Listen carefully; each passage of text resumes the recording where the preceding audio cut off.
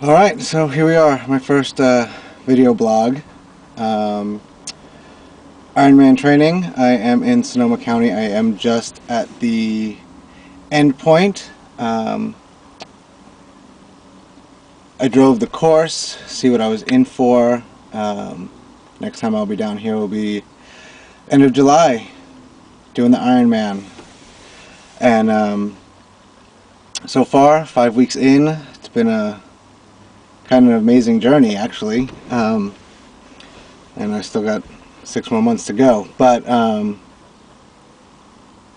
yeah, I started this, something I've wanted to do for a couple of years. Watched them on TV, and they always hit me. In my heart, I felt in my stomach, something that I needed to do. I've seen a lot, well, I've been talking to a lot of people, seen the different reactions. That's awesome, that's amazing, I can't believe it, to you're crazy. I don't know why would anyone want to do that? And then also seeing people's own personal limitations that they place on themselves. Well, I could never do that. I could never swim that far. I can never bike that far. I can't run that far. And sometimes you can't. You have an injury, or you have a certain, I don't want to say disabilities, but for some reason you can't do it. And it's not for everyone, but to take yourself out of the game so fast is really fascinating to me. I mean, I don't know if I can do it, but I'm gonna give it a shot. And over the first 4 weeks, for me personally, swimming, I haven't swam in 20 years. Got in the pool. First week was rough. Was rough. I was like, I don't know, I'm getting in over my head. Second week got a little bit better. Third week was great. Swimming further without stopping. Really being able to take control, recover while I'm swimming. Learning how to breathe, getting technique down. And then a funny thing happened the fourth week. I got in the pool, and it felt like it was the first week again. And I was really discouraged. I was like, what happened? Why is this happening? And I was scared to go back. I was like, I don't want to feel like I'm starting over. I don't like that feeling. And I got back in the pool, and it was better again. It was like that week didn't happen. And it's really fascinating to me what your body does. I was going through something a little personal at that time. So you're distracted. Your mind's not in it. Your body's not in it. But I did my best. And that's one thing I do as a teacher is always tell my students, just do your best. Your best is going to change from day to day. And just keep powering through, and just do what you can. And your best keeps getting better. And it does. It's exhausting.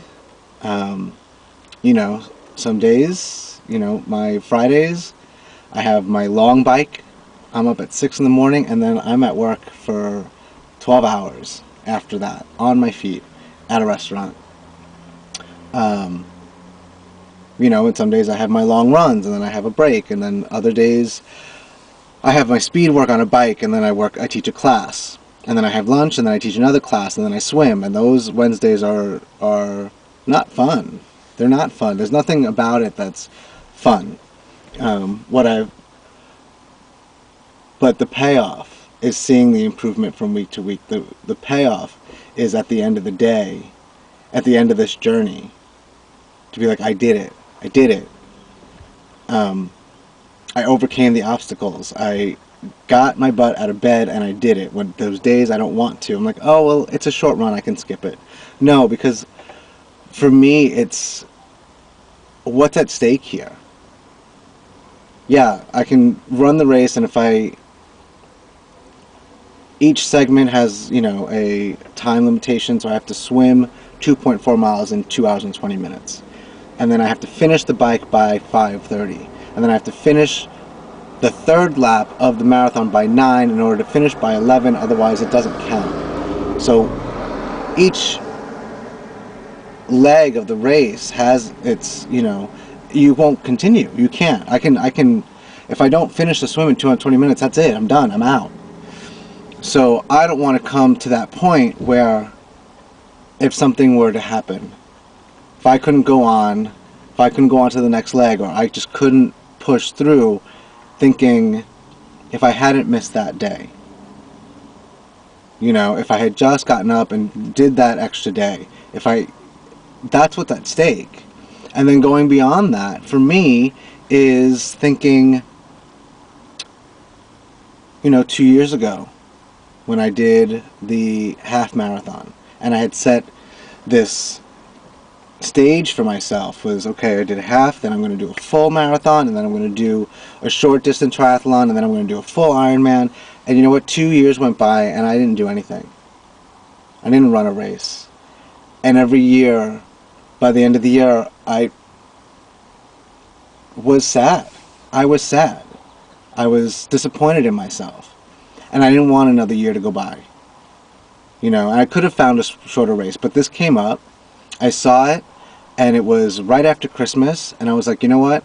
I don't want to think about how I'm ending 2010 disappointed. I want to know how I'm starting 2011 on a high note. I'm starting now.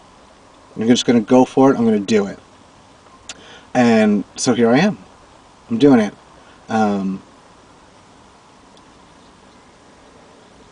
So I just want to put this out there for you to think about.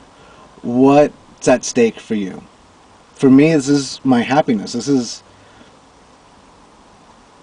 I don't want to have any regrets. I don't want another year to go by and be like, I should have, I could have. I'm doing it. I'm doing it now.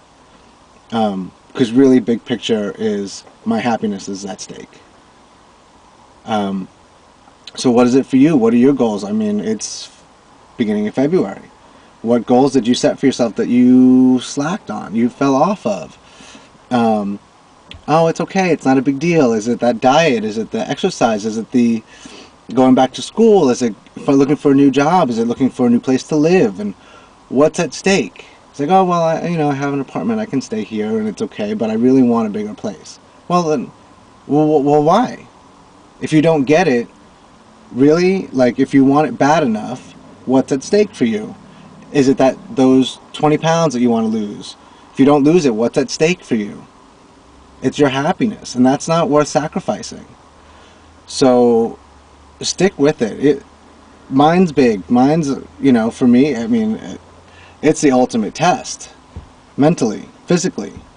But what it all boils down to, everyone's goals, everyone's dreams, don't let it go. Figure out what's at stake for you. What do you want? And if I can do this, you can do it too. Not this, but whatever it is that you have in mind. And things are going to get intense the next 6 months. And I'll try and do some of these and keep you up to date. I know I've posted my trainings every day. What's completed, what training I did that day, if it was a rest day. And I will continue to do that. And I also want to say thank you. I was doing that for me. This is another part of goals and goal setting, is being held accountable, putting it out there. I did it for me. And then turned out that I've gotten so many responses, either on Facebook saying, you go, you better work, so proud of you, you're such an inspiration, you're so motivating, how do you do it? And I do it. And so I'm doing this for you, and there's so many people that don't respond on Facebook, but I see out in life, and it's like, oh, I've been following your training. I had no idea. It's just a, 30-minute run completed, and, hour on the bike completed. I don't think much of it. I'm proud of myself for the things that I do, but I don't do it for anyone else. But you inspire me, And you motivate me to keep going, to keep pushing. And hopefully you'll do the same for yourself. Whatever it is that your goal, start putting it out there. Make yourself accountable. And you'll be amazed at what you can do if you stop making excuses and just do it.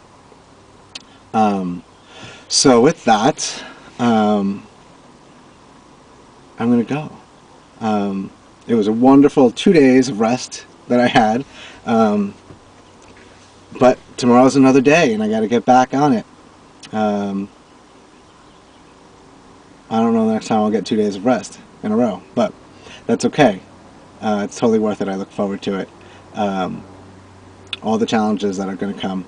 And so, again, thank you, everyone, for your support and your encouragement. It means so much to me. It helps me more than you know. Yeah, I think that's it. All right. I love you, and I'll see you soon. Bye.